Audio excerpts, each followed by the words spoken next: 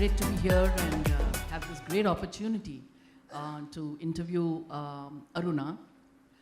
Aruna has been a friend for many, many years, but not the kind of friend where you have that much of intimate sharing. There are so many questions I've been dying to ask her, but never had the opportunity to ask those questions. So I'm hugely excited myself to be able to get answers to many of those questions. And this particular kind of a format of a so-called fireside chat with the lighting being dimmed and, it's creating the mood for sure. And when you use the term fireside, what comes to mind is hopefully we create loads of energy, not with a big fire in the center, but through the power of, ideas and questions and answers and stuff. So I hope you're going to have a great session, the next 30, 40 minutes. She was asking me, this is a corporate audience, why did you invite me? Because I'm from the IPS. And my answer to her was, look, first of all, leadership is beyond gender.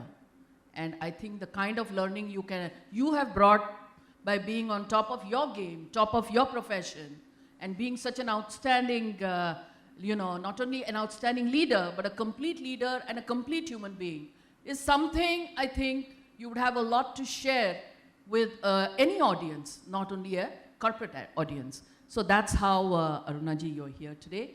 And from my side also, hearty welcome to you, and thank you for accepting this invitation. And my first question would be regarding, everybody would be curious. I mean, if millennials get into new professions, if they break new ground, it's not surprising because you hear of millennials going into all kinds of streams today. But in the 70s, when you were graduating and looking for a career option, of all the things, why IPS? Actually, is it on? Yeah. My grandmother wanted me to be a piano player, and I had done up to my 7th grade in playing the piano. She wanted me to be a professional pianist. My father wanted me to be a lawyer, and was kind of, because I was always arguing. But I think the main thing was that I just wanted to rebel. And why I just loved the police was that first I did not want to do a desk job. I knew I was not cut out to sit and push files.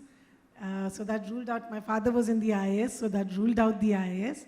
And I just loved the police because I thought that it would give me the opportunity first to meet people who I would not have the opportunity to meet in any other field.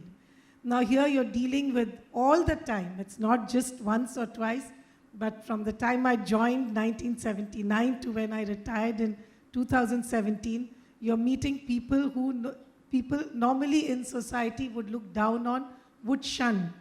That would be criminals, sex workers, pickpockets, juvenile delinquents. So to meet them, to understand what makes them go into this, what pushes them into delinquency. So that was my main idea, to get into this field, to meet such people and to try and reform them. And one wonderful answer, but I take one key point from what you said, Aruna, and that is I wanted to rebel. My father was in the IAS, therefore no IAS, right? That was a very, very interesting thing that you said. Would you throw light a little bit on what was your toughest assignment and what was your easiest assignment? Not easiest, satisfying assignment.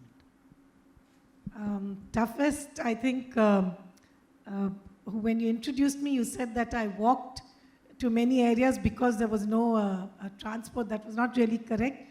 We had to walk because of insurgents putting landmines. So you couldn't go by vehicle, you had to walk through forests. So I think probably the CRPF, and I was once in the, what is called the APSP, the Andhra Pradesh Special Police, where we dealt in Andhra, we have what are called the Maoists. I'm sure by now all of you know what Maoists are. And then in the CRPF also, I was dealing with all the insurgency areas. So I think those were the most frightening and stressful periods, because you never knew when you're going to get attacked, and a lot of the time you would lose people who you had worked very closely with. Something very unique to government service is that unlike you in the corporates, we don't get to choose our team. The government puts you somewhere where you may not want to go, so you're posted to a place where you may not even be suited, but you're posted there, and then people are posted with you who you have no say in selecting. So you have to form a team out of them, motivate them, and a lot of the time like this, when it's dangerous to their lives, families are at risk. Sometimes, the children are threatened, spouses are threatened.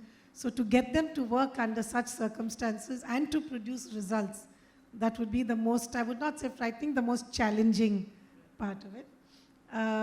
Fulfilling postings, mainly whenever I worked with crime.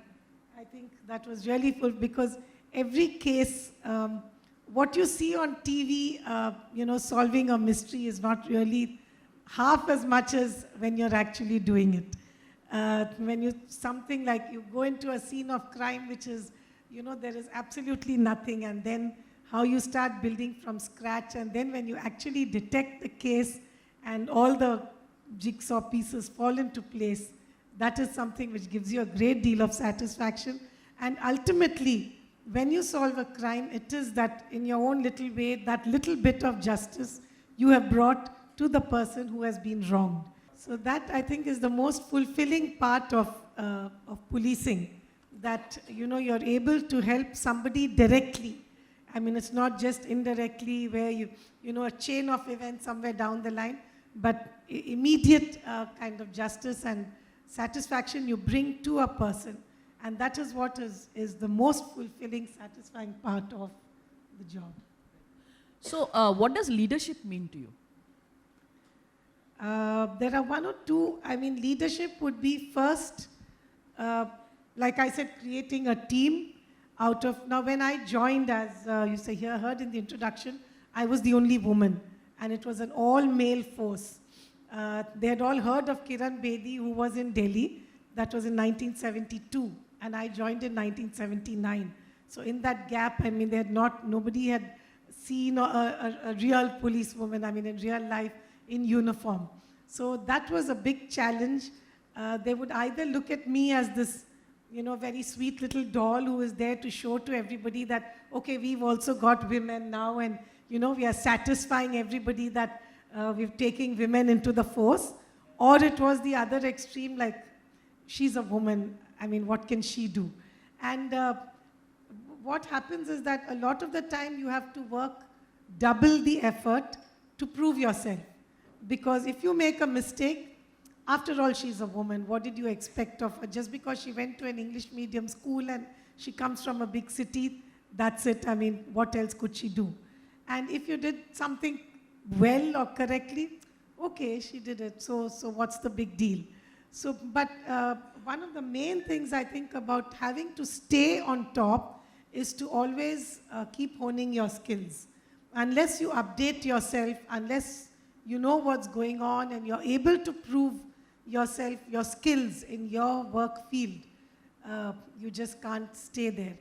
And a lot of the time I brought in innovations which people didn't agree with at that time. For example, everyone believes in the police that without a certain, I mean, and not only the police, I'm sure a lot of you also believe that nothing can be done without force. You have to use the danda to get results. So I went out of my way, and that was why actually I was selected specifically to represent Andhra Pradesh in the for the NHRC, because we were having so many atrocities on people, whether it was the Maoists, we called them Naxalites at that time, or whether on petty criminals. If you have to get something, you have to torture them. So I brought in specifically this thing that you don't necessarily have to go to that extent of torture. You can get things out through use of technology. And way back then, we brought in what was called the fingerprints and criminal tracking system. So we digitized the fingerprints of all the criminals who were recorded in our history. It's called the crime history, and gave access to every district. So the moment a crime was committed, The fingerprints would be sent to us in Delhi, in Hyderabad, and later, of course, we gave each district their own data bank, and the fingerprints would be matched. So within 24 hours, the SHO would know who the criminal was, and this drastically brought down human rights atrocities. Otherwise, the standard practices like, say, Asha loses her specs or a bangle at home, and she comes and gives a complaint to the police. The first one you suspect, Asha herself will suspect, and the police will suspect, is the maid or the servant at home, the cook. The maid is the only one who has access to my room, the only one who has the key, blah, blah. So catch the maid, beat her up or beat him up, bring the family members, beat them up, beat up everybody who has access to the house, and that's it. And 99% of the time, it will not be the maid, it will be somebody from outside who has been watching very carefully and has committed the crime. So this brought down, when we brought in technology, it brought down the third degree, use of third degree drastically. I mean, obviously there are no statistics to show that, but everybody felt at that time, and we have what is called the ACR, you know, the Annual Confidential Report, and also which you heard the medals which I had won, and this was specifically mentioned in my citation for my medal also, that this was the difference that had been made in the state.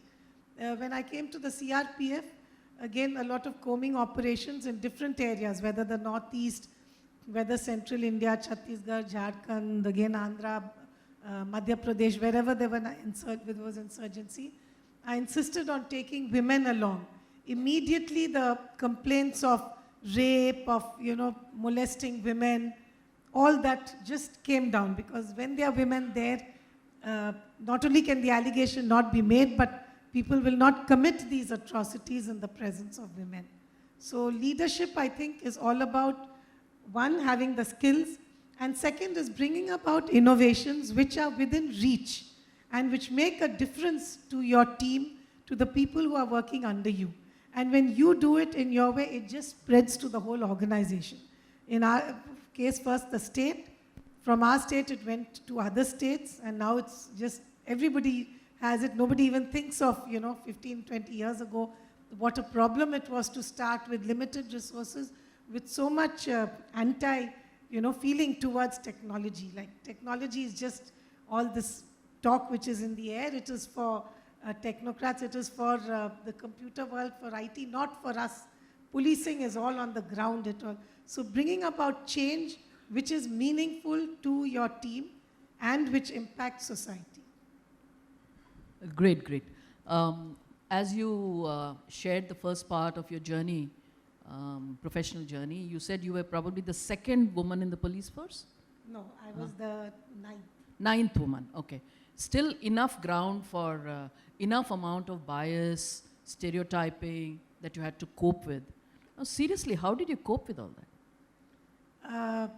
Actually, this is very difficult at that stage. Now, I feel women as a whole are really more fortunate, because at that time, women working in a field like this itself was something very unusual. It was either teacher or, you know, teacher, lecturer, doctor, lawyer, whatever. So everywhere, like I said, people looked at you, either you were a showpiece to show that we have got women into the police and into government, or it was the other extreme that you were, so useless. So coping with this, I think to some extent in India, maybe a little more in South India. I mean, I'm prejudiced because I am from the South. In India, people look at a woman as a goddess. You know, everywhere you have Shakti, the worship of Shakti in different forms. You know, we have Maisamma, Yellamma, Yadamma, all local goddesses. These are all forms of Shakti. You may have Durga. So one thing that they expect of a woman is that a goddess has come into our midst. And, you know, when you're there in uniform, people really look at you as Durga. And they think, now here is somebody who is going to do something that is going to be good for me, going to bring me justice and bring me what is my due. So they will not tolerate you for doing anything wrong. So I would not like to paint like this great glowing picture with the same brush, but to a large extent, I think women in the police are free of corruption.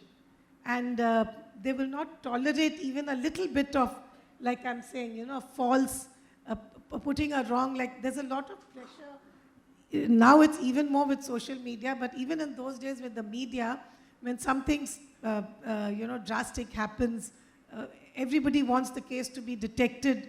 There's, you know, pressure to show results. So there's always the temptation to get the wrong person and show as the criminal, as the accused, that I've detected the case. And these are some things which I think people would not tolerate from a woman. So I think being a woman, the one big challenge was to always do what is right, to always do what is correct professionally. And that has really helped me always. And then to show that you can do things like, I think the biggest misconception is that men are tough and women are weak. Because scientifically and biologically, women are made to have more tolerance because you are built to give for childbirth. And childbirth requires a great deal of pain and suffering. So the tolerance level for women is much more than men. A woman can stand out in the sun and walk much longer distances in the sun, in the rain, than a man. A man may have more strength to hit somebody and put somebody down and that kind of thing. But a woman can stand longer, can have much more patience, stay up for nights together, because, you know, policing work is such that in the daytime you do your routine work, and whatever criminal work and that kind of thing is always done only after 10, 11 o'clock in the night. So you need to stay up, be alert late night. And I think these are the strengths of women. So the old SWOT system which you have, I think strengths, you need to build on your strengths. And that is where I think women really have gained. You have had your Nirbhay case which happened in Delhi, a horrible case. And yes, I think because it was the capital, it got a lot of publicity. And you know the kind of pressure, most of you would have seen the movie, which the police went through to detect that case. And that's what it needed. The patience, the tolerance level to stay up late, to continuously, you know, have the determination and the perseverance to chase and get after.